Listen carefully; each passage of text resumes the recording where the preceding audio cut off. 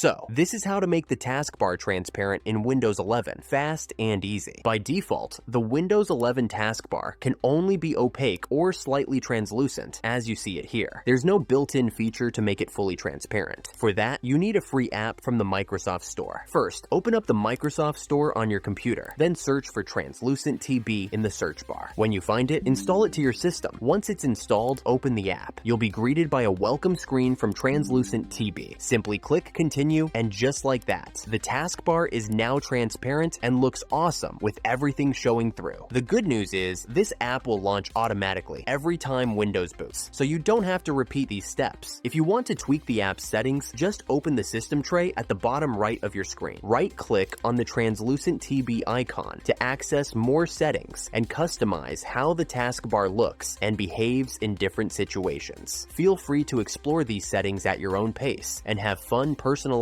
your Windows experience. If you found this guide helpful, please hit the like button and subscribe for more tech tutorials. See you in the next video.